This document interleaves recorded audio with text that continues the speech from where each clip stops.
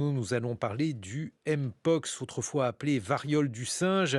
Ce virus continue de se propager à travers le monde. Vendredi, un cas a été détecté en Thaïlande, faisant basculer l'Asie en état d'alerte depuis la crise du Covid qui a plongé le monde entier dans une urgence sanitaire globale. La question de la coordination internationale pour faire face aux épidémies est au cœur des discussions de l'Organisation mondiale de la santé. Sommes-nous prêts à faire face à cette nouvelle épidémie? Quelles leçons avons-nous tiré des crises passées et quels sont les obstacles actuels pour trouver un accord en matière de gestion des pandémies? Bonjour Anne Sénéquier. Bonjour Guillaume. Vous êtes médecin, chercheuse associée et co-directrice de l'Observatoire de la santé mondiale à l'IRIS. Alors tout d'abord, il faut nous expliquer ce qu'est le Mpox et puis faire le point donc sur les évolutions de la maladie et sa propagation. Le Mpox, c'est une maladie infectieuse qui est propagée par un orthopoxvirus qu'on connaît comme famille L'orthopox. parce que c'est effectivement apparenté à la maladie de la variole. C'est la première maladie qu'on a réussi à éradiquer de la surface de la Terre en Mhm. 1979-80. Et ça fait partie d'un de nos problèmes actuels avec le Mpox parce que finalement, on a vacciné pendant les années 70 justement pour arriver à cette éradication. Et cette vaccination apporte une immunité croisée, c'est-à-dire qu'en vaccinant contre la variole, on est protégé à 85% contre le Mpox. Mais vu qu'il est éradiqué depuis 1980, on a arrêté Ah. finalement les vaccinations. Donc aujourd'hui, les gens qui ont moins de 40-50 ans ne sont pas vaccinés. Et c'est aussi en partie pour ça qu'on retrouve aujourd'hui finalement parmi les personnes vulnérables les enfants. Et 50% aujourd'hui des cas déclarés à travers le monde ont moins de 15 ans. Mais alors, vous êtes en train de dire, docteur, que si on avait poursuivi cette vaccination contre la variole, eh Ouais. bien, on n'aurait pas eu d'épidémie de Mpox? Eh bien, disons qu'on voit dans cette épidémie de Mpox que le nombre de cas est en croissance depuis à peu près 2 décennies. Et en fait, ça résulte finalement de la diminution de l'immunité de la population mondiale. Mais en même temps, on ne peut pas continuer de vacciner pour une maladie qui est éradiquée parce qu'en fonction du vaccin utilisé, ça peut réactiver certains vaccins qui sont dits des virus atténués, comme c'est le cas pour la polio justement. Donc, c'est toujours un travail d'une extrême, c'est un peu comme marcher sur le fil, il faut D'accord, c'est être un dans la bénéfice, réaction, coût-risque exactement. pour savoir si on poursuit la vaccination. Anne Sénéquier, est-ce qu'aujourd'hui donc, cette maladie, puisqu'elle a évolué, au début on disait donc qu'elle était, très invalidante, de la fièvre, des fortes démangeaisons. Mmh. Est-ce qu'aujourd'hui elle n'est pas seulement invalidante, elle est aujourd'hui devenue dangereuse? Il y a plusieurs clades. Il y a le clade 1, qui vient de le Rappelez-nous ce qu'est un clade, docteur. alors il y a des variants, il y a des clades, en fait, c'est deux variations, pour essayer simple, c'est 2 variations du virus. L'épidémie qu'on a eue en 2022, c'était la variation, on le dit, le clade 2 qui vient, d'Afrique de l'Ouest et qui avait, une transmission et une, gravité, relative. Malgré tout, ça lui a permis quand même de se propager à travers le monde, ce qui a permis cette déclaration, d'urgence de santé publique à portée internationale.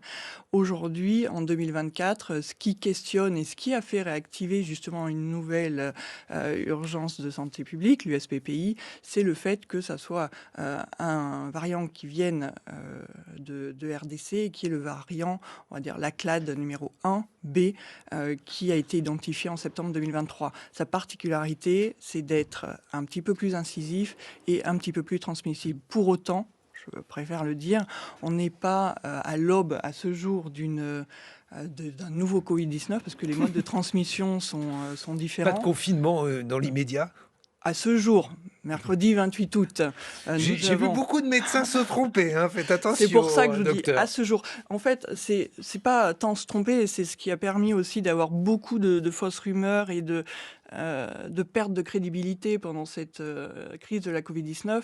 C'était de prendre une information à un instant T comme, une vérité absolue qui ne varierait pas. On est face à un élément biologique, on est face aussi à une, maladie infectieuse humaine avec, une mondialisation où on a un flux de personnes très important, ce qui fait que finalement ce virus a cette capacité de bouger. Donc aujourd'hui, le 28 août, avec, une, transmission qui est plutôt sur le pot à pot et contact très étroit, relations sexuelles, une transmission aéroportée, mais vraiment très, Ténu?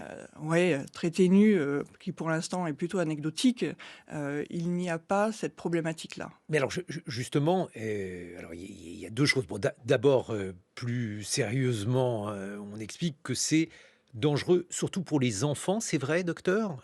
Parce que ça, évidemment, Bah, c'est c'est quelque toutes les personnes vulnérables. On a appris aussi pendant cette Covid-19 le principe des personnes vulnérables et qu'on n'était pas tous égaux face à une pathologie.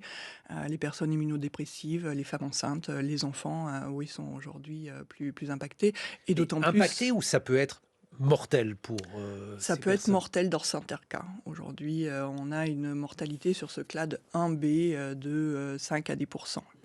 Et est-ce qu'on s'explique les causes de cette mortalité? Par quoi la mort est-elle causée? On l'a vu dans le cas du Covid, qu'il y avait un certain nombre de syndromes qui venaient se greffer. Là, pour, le Mpox, Là, c'est pas tant un syndrome supplémentaire, ça vient, de des infections qui vont se généraliser, généralement, enfin de manière, on va dire, le plus couramment possible. À l'époque, ça va être, des éruptions maculeuses, on a les pustules et c'est justement ce principe de transmission se fait justement, par ces pustules et ces croûtes. Là, il arrive dans certaines complications, d'avoir des défaillances, viscérales, mais c'est le cas, en fait, de toute maladie c'est-à-dire infectieuse. qu'il y a aussi, des, pustules, je ne vais pas utiliser les Pas termes que non, pas de vous non, employez non, à non, l'intérieur, dans les non, viscères, non? non, la pustule, c'est l'affection cutanée. Après, l'infection peut se généraliser en septicémie et va aller, impliquer une défaillance multiviscérale. Mais Chouette. encore une fois, c'est le cas de toute maladie pathologique qui va dans une complication. Donc c'est pas tant ça qu'il faut retenir aujourd'hui. Ce qu'il faut retenir, c'est, heu, la rapidité finalement avec laquelle cette USPPI s'est déclarée, ce que ça implique, ce qu'on a appris de ces précédentes pandémies et comme à chaque fois finalement on se sert, de nos erreurs passées pour essayer de ne pas les reproduire. On met de côté la vaccination pour le moment. Est-ce qu'il y a des moyens de prévenir, la transmission de la maladie? On avait insisté, sur les gestes barrières Mmh. pour, le Ah oui. Covid. Est-ce qu'il y a des gestes barrières pour le Mpox? Absolument et je pense qu'il faut insister d'autant plus là-dessus, là avec l'épidémie de mpox parce qu'on est véritablement dans une, transmission de contact donc peau à peau ou relation sexuelle. En fait, relation sexuelle, c'est juste que ça implique, un peau à peau, très, C'est difficile très de clair. Donc il est, je précise que, porter un préservatif, ça ne protège pas de la mpox, de fait, puisqu'on est, sur cette transmission cutanée. Donc aujourd'hui, les gestes barrières, ils sont évidemment, très pertinents et nécessaires et indispensables. Si à un moment donné, on déclare une mpox, eh bien, c'est, maintenir à distance, toute personne, pour éviter la contamination et la transmission. la vaccination maintenant.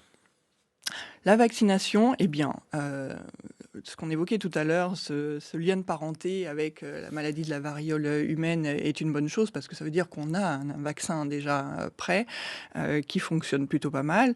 La problématique, c'est comme on le disait, ça fait, 45 ans qu'on ne l'utilise plus, donc on avait des stocks mais pas forcément, très fournis non plus. Donc il a fallu, remobiliser ces stocks, reproduire des vaccins et puis, ne pas justement faire la même erreur qu'on a pu faire pendant la Covid-19, c'est-à-dire avoir de la vaccination ciblée et c'est un petit peu la différence qui s'est passée entre l'épidémie de C'est-à-dire? 2022 et 2024. En 2022, les vaccinations qui ont eu lieu ont été, un petit peu, hem, sur le tout venant, d'autant plus qu'on n'avait pas encore énormément de vaccins, qu'on était encore dans le mojo de la Covid-19, donc les campagnes de vaccination ont été très axées sur la Covid-19. Donc là, en 2024, il y a sur les populations ciblées, que puissent être les enfants, que ça puisse être les personnes à risque, qui sont ciblées de manière plus pertinente avec les stocks de vaccins que l'on a aujourd'hui. Et donc ça, vous êtes, raisonnablement optimiste sur notre capacité, à utiliser un vaccin. Bon, vous savez que ça va inévitablement relancer tous les débats sur, l'opportunité de la vaccination.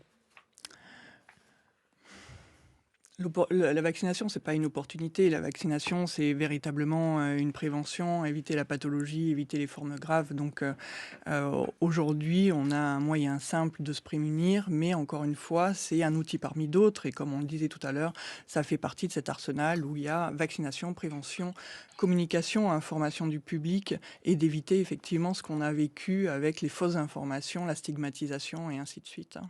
Anne Sénéquier, vous avez publié une géopolitique de la santé aux éditions Erol. On a la sensation, avec le Covid, avec le SRAS avant, qu'il y a une multiplication de ce type de zoonoses. C'est vrai ou... Oui, c'est vrai. Bah, je pense qu'il faut être assez clair là-dessus et moi, ce qui m'inquiète dans cette mpox, c'est véritablement ça, ce lien entre, la santé environnementale et la santé publique. Ces zoonoses, elles viennent, de l'augmentation de l'interface du monde sauvage et du monde humain, et aujourd'hui, on voit que ces multiplications, ça multiplie le nombre de zoonoses de plus en plus.